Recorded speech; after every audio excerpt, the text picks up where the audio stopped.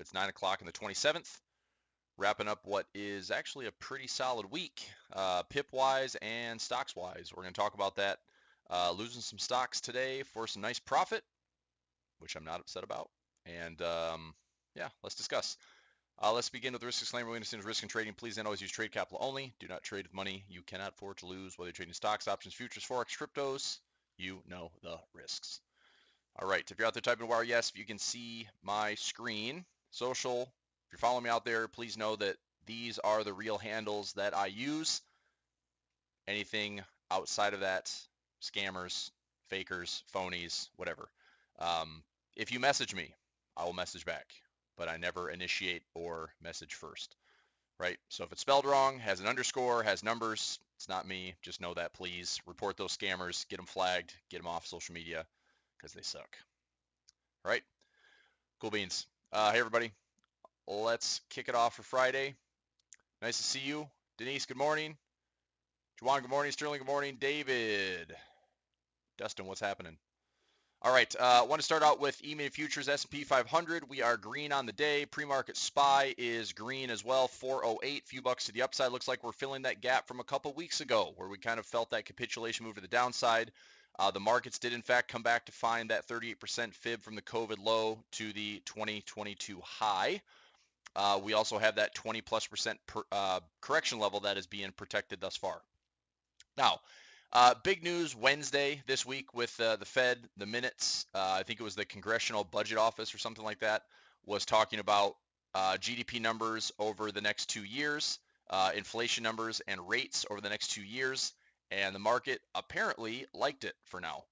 So, inflation has peaked, so they say. We've been talking about that for the last couple of months since we saw that big peak in, oil and commodities back in March. And we're going to see if the Fed continues to aggressively tighten, or they were a little bit on that, not really dovish, but enough so where they're like, look, if we realize that inflation is starting to go in the direction that we want it to go, we're not going to raise rates as aggressively. And I think the market's kind of like that the Fed is super accommodative still, willing to, essentially serve as a backstop like they always have, which is not a good thing. And I actually have an interesting article. If you'd like to read it, I would recommend that you do. Really respect this guy, Jordy Visser, Weiss Capital Management. I'll post this in the chat. I shared this with traders this week. So have a read right there. Oh, it won't let me post the link because it's too lengthy. So let me see if I can find. Can I find just the article? Let's see if this will work. Let's try this again. Just the article. See if that will post. All right, if that link works, let me know. That should bring you right up to a little PDF from Jordy Visser of Weiss Capital. Right, morning Marilyn, morning Joseph, Craig, what's up? Scott, what's happening? Derek and Tom, good morning. Daniel, what's happening? All right, so SPY's looking pretty good. Stocks that I was talking about potentially getting called away this week. KHC did get called away at $39. That was $2.81 a share. I'm back into it with a buy right, trying to get $1.73 if it gets called away in the next few weeks at 38 bucks. Pfizer, Johnson & Johnson, SLB, DraftKings, Coin, stocks we have running in equities on demand. I'm in all of them except for DraftKings. I got called away on that one last week at $12.50 for about $1.48 a share. And IP I rolled. That's International Paper. It's trading about $1 above my strike price. Fairly low volatility, and hopefully it'll stay there by next week. I rolled it for like 25 or 30 cents. But hopefully Pfizer, Johnson & Johnson want to get called away. I like to add up and see where that profit is. So Pfizer trading at 54.06. I may not lose the stock this week, which isn't a big deal. I'll just keep repairing it around 55 bucks and see if I can get it called away the next couple of weeks.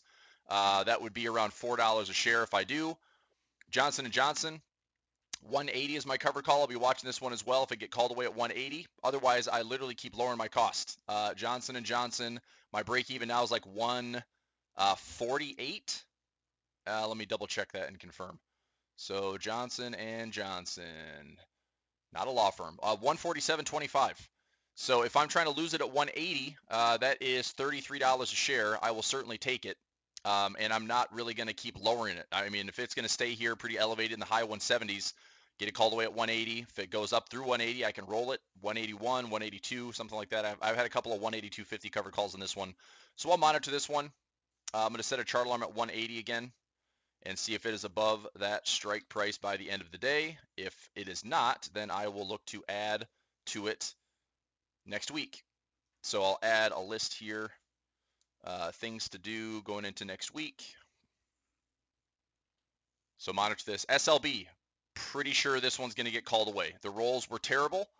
We're up to new highs. I have a covered call at $41. We've done a really good job of flipping this stock. My break even on SLB, this one I'm going to be pretty happy with. It's going to be like $9.44 per share.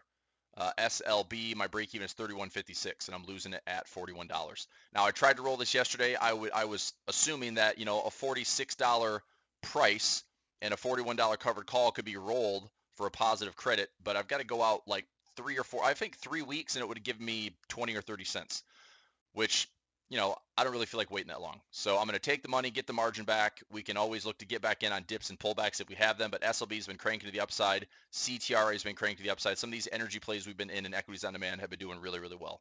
So it's a great trade overall. Get the stock called away. I think I lost it last week at, I rolled it to 39, 39.50, and I lost it myself for profit. And that was a nice chunk. Here is SLB. I think it was like $900 on one contract.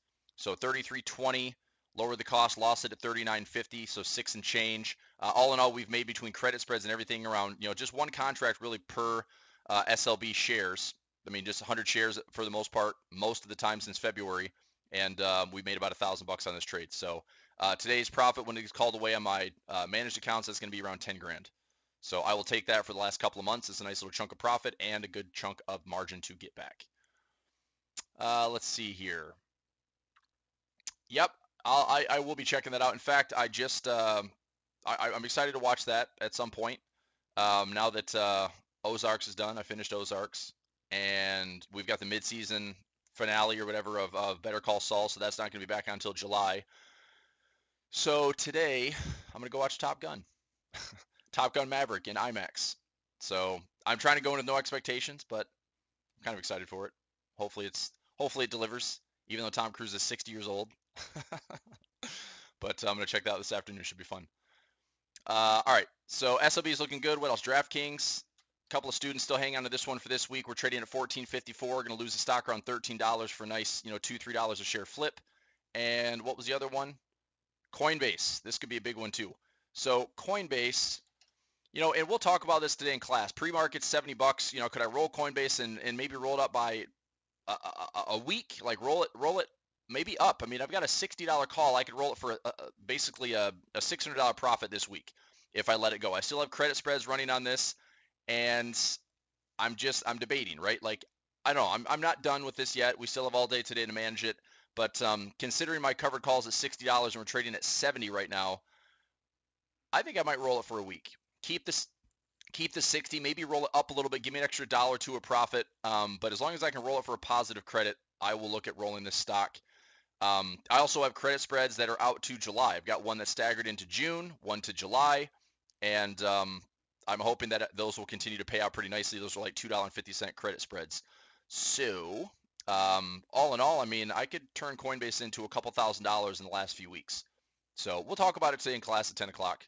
But Coinbase looking good. So all in all, Pfizer, you know, potential stocks I could lose. It has to get above $55. Johnson & Johnson has to get above 180. They're both right there. This is at 54. This is at 179. SLB is going to get taken away this week at 41, which is totally fine. DraftKings looks like students are going to lose that. I lost it last week at 12.50 for profit. DraftKings this week at 12.50 to 13 for profit. Coinbase, if I do nothing, I could lose it this week at $60 and turn it for about a $7 profit. And then I have my credit spreads in that I'm going to continue to manage through July. KHC was called away for profit. I'm back in the stock. IP was rolled, or else that would have been called away as well this week for a decent profit. But I couldn't turn down the premium. 1 week waiting, 25 cents. I'm in a couple thousand shares, so it's worth it. You know, I'll make like an extra $500 if I wait next week. So it's one of the, you know, that analogy where it's like you have a kid sitting at a table, and you can tell the kid like, okay, you can have this piece of candy right now, or you can wait, and I'll give you 2 pieces of candy or 10 pieces of candy. That's kind of what the situation is sometimes in these covered calls. If I can wait a week, and get paid an extra $250 to $500, it's worth it. So that's what I'm trying to do on some of these stocks that I really like. We added some trades this week as well. We added some exposure on Snapchat, Riot. We staggered out some trades on Cleveland Cliffs. We have to manage a couple of those trades, by the way, this week. CLF and X, 2363. So CLF is creeping up there. We have a 26 by 25. All in all, I mean, maybe this isn't a terrible stock to take ownership of. Again, we'll talk about it at 10 o'clock in class. So I don't mind the exposure. I was just trying to lower my costs as much as I could and try not to get too heavy. But, it's still a good quality stock. I mean, I'm still very bullish on commodities overall. There's some good ETFs we're in that have been, really, really generous and really bullish for us. And so even though the overall markets in tech have been dropping like crazy, we picked some pretty good sections. Another stock that's doing well, here's X, looks very similar. We're at 25.96, and we have a 28 by 27. So we might talk about managing, or like we did last week, we might try to roll those covered calls out, give ourselves a little bit more time, and then see if price is going to continue to rally so our credit spread pays us, or if it drops, we can use that long put insurance and lower the cost. So I'm surprised I didn't think about that yesterday, but we might end up rolling those credit spreads instead of trying to make that hard decision today. Okay. All right. He doesn't look at it. I agree. Yeah, he doesn't look 60. He looks good, I guess, for being, 5'6". No offense to anybody that's 5'6" or under. But again, I mean, it's what, 30 years? 30 some years since Top Gun. It's like, anyway, like I said, no expectations, but hopefully it's cool. Should be fun. The theater's nice. Be like reclining chairs, serve food, IMAX. Should be a good time. What was the other one I want to look at? XCLF, and it is slipping my mind. What else? We're going to talk about rolling those. PHM, Pulte Homes. Homes have been kicking butt. So Toll Brothers, we have a credit spread on Toll Brothers. Is taken off nicely. We are in the 48 by 47. So this credit spread is looking pretty saucy for next week's expiration. That should be full profit of 40 cents or better. PHM, we actually took some ownership, and we own the shares at 43.30, and currently we're up about $1.70. So that's not too bad. If it rallies up any higher, we have a covered call up to $50. Try to flip Pulte and one of these home builders for about $7 a share. And KB Homes, KBH is the other stock. KBH, right here. KBH also jumped off this level, and we're in a credit spread. Looks like I didn't add that. We do have a credit spread on this one, KBH. Did I add it in here? Nope. We have it in the notes from last week. And let me check. KBH. I know we took a trade on it. KHC. KBH. Yep, so collected 55 cents on that June 17th credit spread. And more than likely, when we were talking about this one, it was near the lows. We probably did like a 32 by 31, something like that. So that should be in good profit by June 17th. And I want to take a look at Kraft Heinz again. Since I did buy it, we're trading at 37.16. I could lose the stock by 6.17 at $38 or higher. This will also be a stock that I can consider rolling if it allows me to, and allows me to roll it for some credit. And I'll make another $1.73 or something per share. So all in all, doing some pretty good work on some of these stocks. All right, ready to move on. Dollar index. Okay, dollar index coming down to that monthly target. We're also looking for a potential high to low, lower high to lower low. ABC correction on the dollar index. Past resistance becoming support. Past resistance becoming support. The low of the fourth wave. Somewhere in here, this dollar index should be settling in on some, past resistance becoming support. If the trend's going to continue to the upside, we're looking for this area to be a buyer on the dollar index. Otherwise, this also may be a larger pattern, which we did not really talk about in detail the last couple of weeks. But I was looking at horizontal levels, okay? And the reality is maybe we have something like this. This might just be a large broadening formation. So highs to higher highs, this could be also forming some type of wedge over the next maybe 6 to 12 months. Not sure yet. I know the whole world is talking about, euro dollar parity and the dollar's going to keep going up. It's already up 13, 14% across the board on every currency. Is it going to continue that way? I mean, I think the Fed has a little bit to do with that. If the stock market's going to find its footing and go higher, I don't think the dollar's going to go with it. I think the dollar's going to be at least weaker in the short term, in the near term, if we're going to have a little recovery in the stock market as we head into summer. DXY, take a look at this chart as well. This could be that broadening formation right here, something like this. If you connect the dots like so, connect the dots like so. Are we just heading up to resistance? I've got horizontal levels that I'm watching. Again, bump to resistance, high to low, lower high to lower low. We'll see what this is made of. Is this just a big range where all the dollar did was hit peak, hit resistance, and we start coming back down to support? I don't know. Time will tell. But for right now, I'm looking for some dollar weakness, some exposure we have in flex, euro dollar long, Aussie dollar long, New Zealand dollar long, pound dollar long. And I know that some traders were short dollar CAD around 1.30, and traders that shorted the dollar Swiss at parity are doing great. We actually started buying back in on dollar Swiss for some nice pocket trading, but this one's pulling back a little bit, which is totally fine.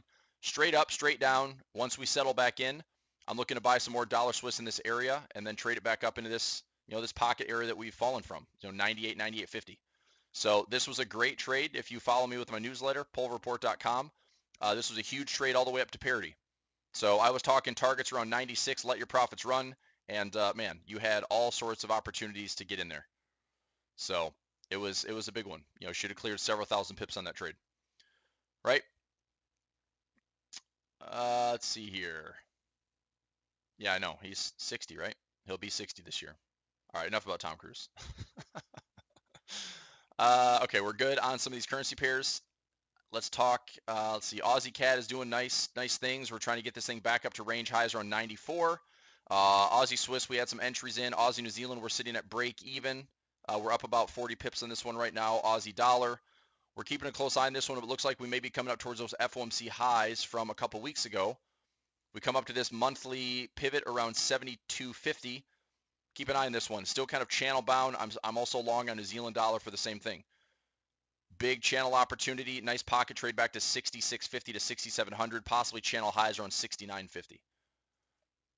Let's see here, pound dollar. Looking to stay long pound dollar till we hit this monthly target, and we have some pockets between 27 and 2,900. Euro CAD and pound CAD, I'm liking these trades. Break the trend line, looking to see if we just get a retest.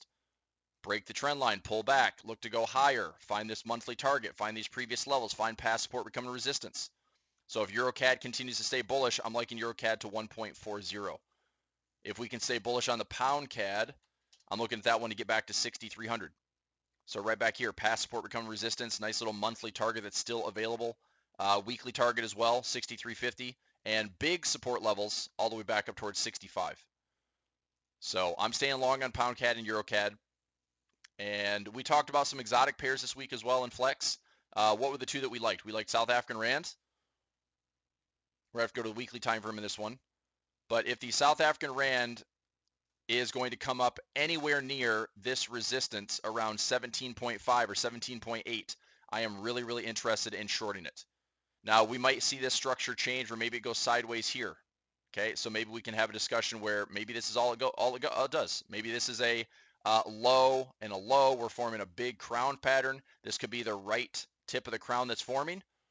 So if we start to push lower, I could see this starting to materialize sooner than later. But if there's a way that we hit resistance, on an exotic pair, I don't like to guess. If this is a good setup, we'll take a good setup. This is where I'd like to sell it, is back here.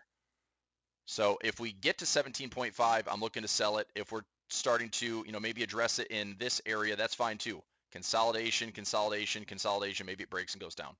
So we will start watching this one a little bit closer to see if we can get a trade. Some of these exotic pairs are setting up for something like 30 to 50,000 pip moves, which is no joke. And then dollar Turkish lira, one that seems a little bit sketchy just because of all the crazy volatility we had during kind of Turkey's inflation crisis, currency crisis.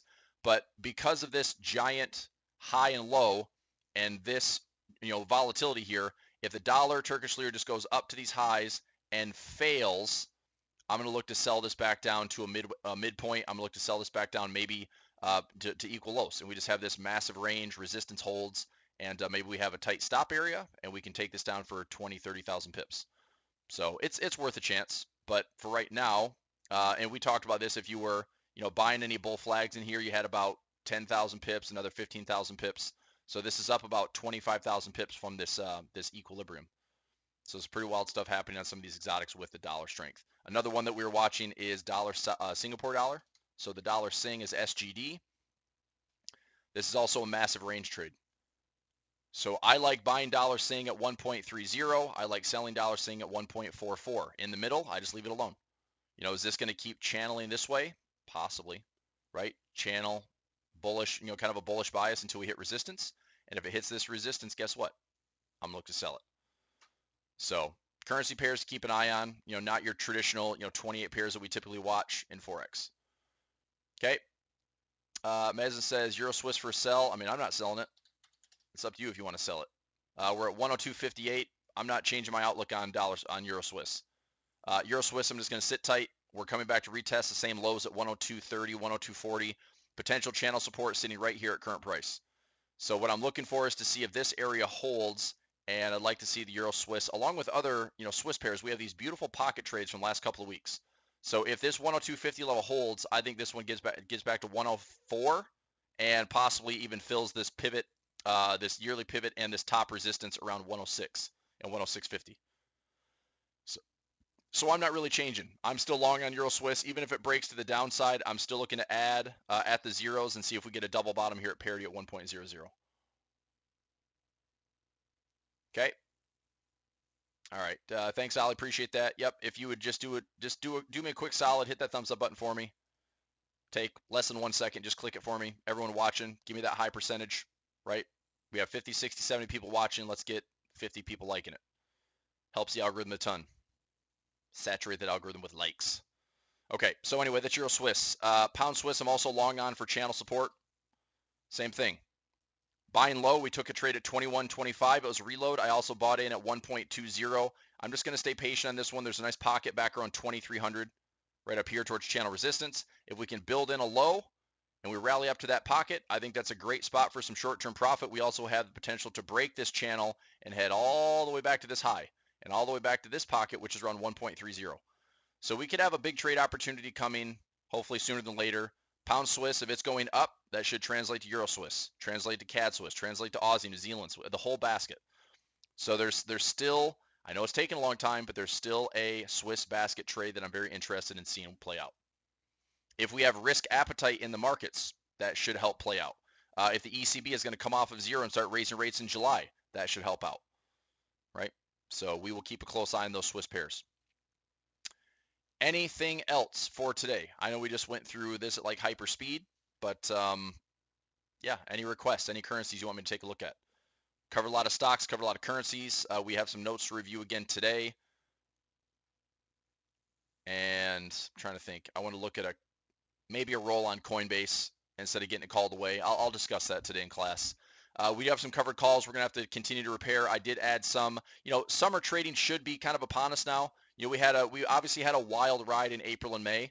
If we take a look at the SPY, this would be the first time in, I think, 6 or 7 weeks that we're breaking a bear streak. So this week's candle's looking very promising to at least hold green and break the losing streak that we've been on. So pre-market's still up 407.70, 1, 2, 3, 4, 5, 6, 7 weeks in a row, and we're finally, you know, thwarting that that downtrend. So where at?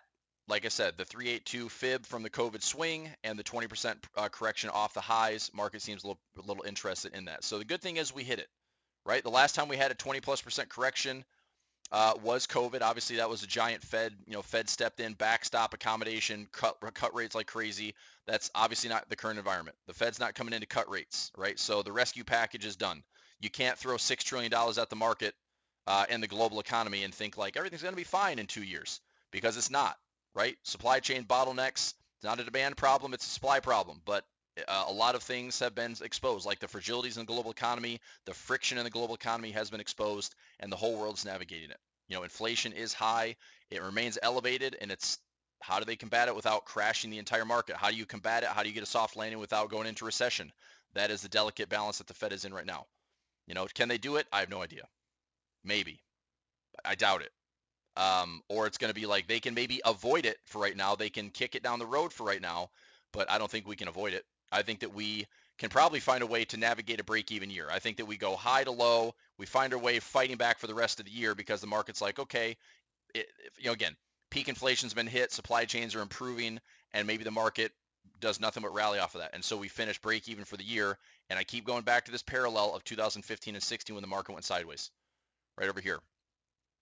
So when the market was sideways, when we had a nice run for a while and we had peak gains, and then we had sideways, and we were here, and then we justified going higher. Then we had dips, and we had dips, and we had our COVID. This is a broadening formation. So all sorts of crazy stuff's happened in the last 5 years, But I think what we're dealing with right now is very similar to what we saw back in 2015, 16. I think we're going to go sideways, and this was about a 20% correction. And so the market was trying to avoid that bear territory, even though the NASDAQ was in it. If I take a look at this is the SPY. That was a 15% correction from top to bottom, about a 16% correction from top to bottom. All right. If you go to the NASDAQ, same time period, 2015-16, what's our sell-off there percentage-wise? You can see a much bigger spike and much more volatility on tech, right? So from this high to low, that dip was 25%. So, technically, technology, NASDAQ was in a bear market, just like it is now. Year to date, let me see where we're at right now, year to date, QQQ. So let's drag this over here, year to date. So we're still, not out of the woods yet. We're clearly down for the year. And from high to low, we were down as much as almost 31%, 31.4% is what I'm measuring there. Now, currently, the NASDAQ is still down around 26.5%. But 302, that sits around 302, about 25% off the highs. So is there room for recovery? Sure. I think technology is still in a rough spot. I think that growth is in a rough spot with higher borrowing costs. And that's been the whole deleveraging we've been dealing with since November of last year, So, I hope it sinks in that what we just witnessed over the last 6 or 7 weeks was pretty much like watching 2000 all over again. And just, it was right in front of our face. Deleveraging, growth, higher borrowing costs, tightening cycles. It just makes it harder when you're like heavy R&D, heavy burn rates. So that's why you've got tech stocks that are just getting their butts kicked. 50, 60, 70, 80% down. Snapchat this week is a good example. Snapchat is trading at $14.97. We put in a credit spread. I wanted to buy it, right? I was interested in buying it right at $13.79, but I didn't because I'm like, I'm not throwing money at this thing. But I did put in a credit spread just in case it got worse. We can have some insurance to lower our cost. We have a 14 by 13, collected 50 cents on that. So if that turns into a nice little, $100 trade on 2 contracts, that's fine. And we'll know by July. Okay. Chris asking about trading room. Sure, trading room's easy. You get a trial if you want it. Pulverreport.com. Go to the website. Pulverreport.com. Click on systems, and then click on trading rooms. And you can trial the Flex trading room for $27 for the first month. Trial the Equities on Demand trading room first month. Both are $27. Equities on Demand we trade every day, Monday through Friday. Stocks and options. Flex room Tuesday, Wednesday, Thursday. Forex. And that's what we're tracking and trading. We talk everything in both rooms as far as like highlights and overviews. I'm always looking at futures. I'm always looking to see if it's risk on, risk off. We put the whole we put the big picture together to make our trading decisions. But we are actively trading stocks and options and equities on demand. We're actively trading Forex and Flex. But there's your trials right there if you want it for $27. Okay, Joe's asking about dollar yen. Sure, let's take a look at dollar yen. Dollar yen, 126.92. Another one that I'm looking for an ABC correction. A, B, C. 1, 2, 3. How far does it go lower? I don't know. I still have a really good bar count on the daily time frame. That if it is, what goes up does come down. We created all this distance. You can see that my exponential moving average is starting to catch up here. That value is sitting around 120 to 118.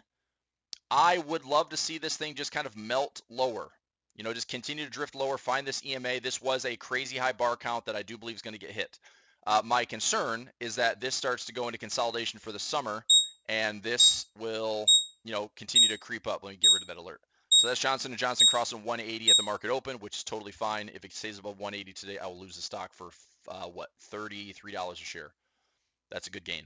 But what I was saying, if price on the dollar yen starts to consolidate, this starts to catch up and it takes away some of my profit potential. So what I'd like to see is if we can actually have another kind of wave of dollar weakness. I'd love to see dollar weakness kick this into overdrive to the downside, find these EMAs. Also, what I'd really be looking at from a technical side is, yes, the EMA is a great target. It's a moving target on the daily time frame because as price, stays sideways, this will continue to start catching up to price. It is a calculated moving average.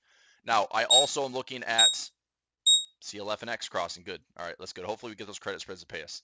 We can also roll those this week, which I don't mind. We're going to do that today in class of 10. One thing to keep an eye out for on the dollar yen is this cluster right in here. We have a 1, 2, 3, 4. We have this really nice pivot cluster back here where we have a monthly and 3 weeklies in a row. That's around 121.20. So I will say this, if we come anywhere near 122 or lower, I'm going to start protecting some profit on the dollar yen. I am short. My break even's around 126. Okay, let me confirm that right here. So 125, sorry. My break even's on 125. So break even around 125. Can I get this down to 122 or lower based on this pivot alignment, based on equilibrium? I think I can.